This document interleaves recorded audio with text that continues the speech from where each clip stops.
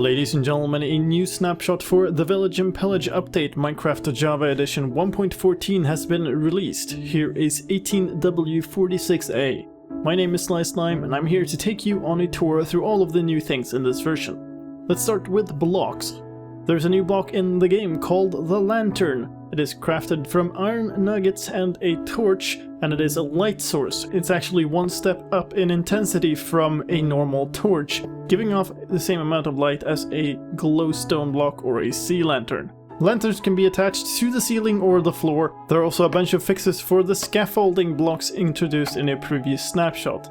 The distance scaffolding can extend horizontally before it falls has been increased, and a number of scaffolding bugs have been fixed. Among them, scaffolding would switch between entity and block form quickly when placed on some non-solid blocks.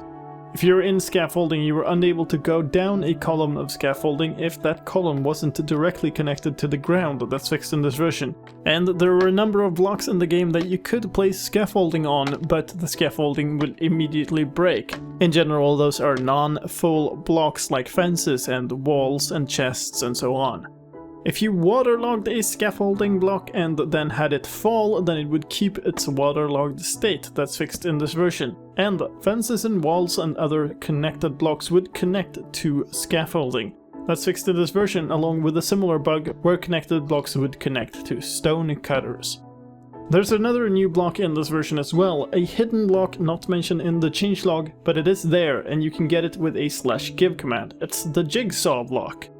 This is a black block with a white marking on it. Has a user interface too, has 3 fields. They're called target pool, attachment type, and turns into. They're all text input fields. This is a technical block, it will not be a gameplay block, and it will be a junction block that allows you to construct structures out of smaller pieces. Functionality is not there yet, but the block is in the game. Let's move on to mob news. The pillager AI has been improved, and the spawn rate of the illager patrols has been reduced. They were all over the place in the previous snapshot. The composition of them has changed as well. An illager patrol now spawn in the world as a pack of 5 random illagers without an illager beast. And speaking of the illager beast, there is a fix for their behavior. The beast roar attack would hurt illagers. That's fixed in this version. Let's move on to gameplay. The lighting engine has been updated in this version and there's now support for directional opacity of blocks. That might sound complicated, but it's really not.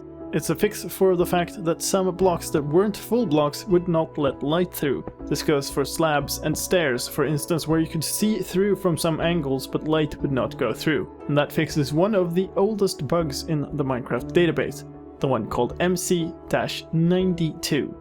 More gameplay bug fixes. If you put horse armor on a horse, that horse would become invisible. Bunch of changes for signs and dyes, specifically on signs. If you dyed a sign while in creative mode, you would still use up an item from your inventory. That's fixed in this version. And dyeing a sign that had already been dyed with the same color would still use up an item as well. The color of dyed text on signs has also changed. It is now less self-illuminating. Fixes for visuals and the looks of things. A bunch of blocks had the wrong colors on maps. That includes wood blocks, lots of the new signs, and the mushroom stem blocks, among many others. They've been fixed in this version. If you like your map art, then go check them out. There are new textures in this version for cartography, fletching, and smithing tables, and the stone cutters are now animated. The banner design for the illager patrols has been updated as well. And a fix for rendering certain items would glitch when rendered. Some changes to settings. The VSync setting disabled itself whenever you switched full screen mode. That is fixed in this version. And the VBO setting has been permanently removed. VBO will now always be on. This is a part of an ongoing modernization of the graphics engine. Finally, let's get into some user interface fixes. Line breaks were different in a signed book versus a non-signed book. That's fixed in this version. Text cursor on signs is now a vertical line, and the sign user interface would darken its buttons too. Finally, on the Alt F3 screen in the graphs, the FPS numbers were switched around.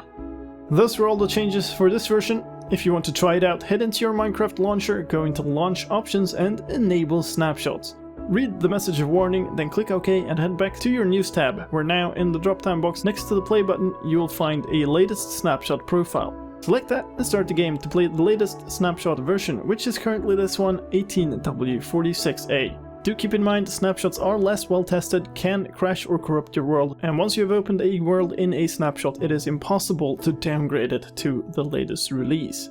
So make sure you play it on a backup or on a separate test world. And that was all from me for this time. I hope you found this video useful, and if you did, please help me out in return and leave a like. If you want to stay up to date with all the Minecraft news, then subscribe to my channel where I do update videos for every single new snapshot and a version released. My name is slicedlime, thank you for watching, and I'll see you next time.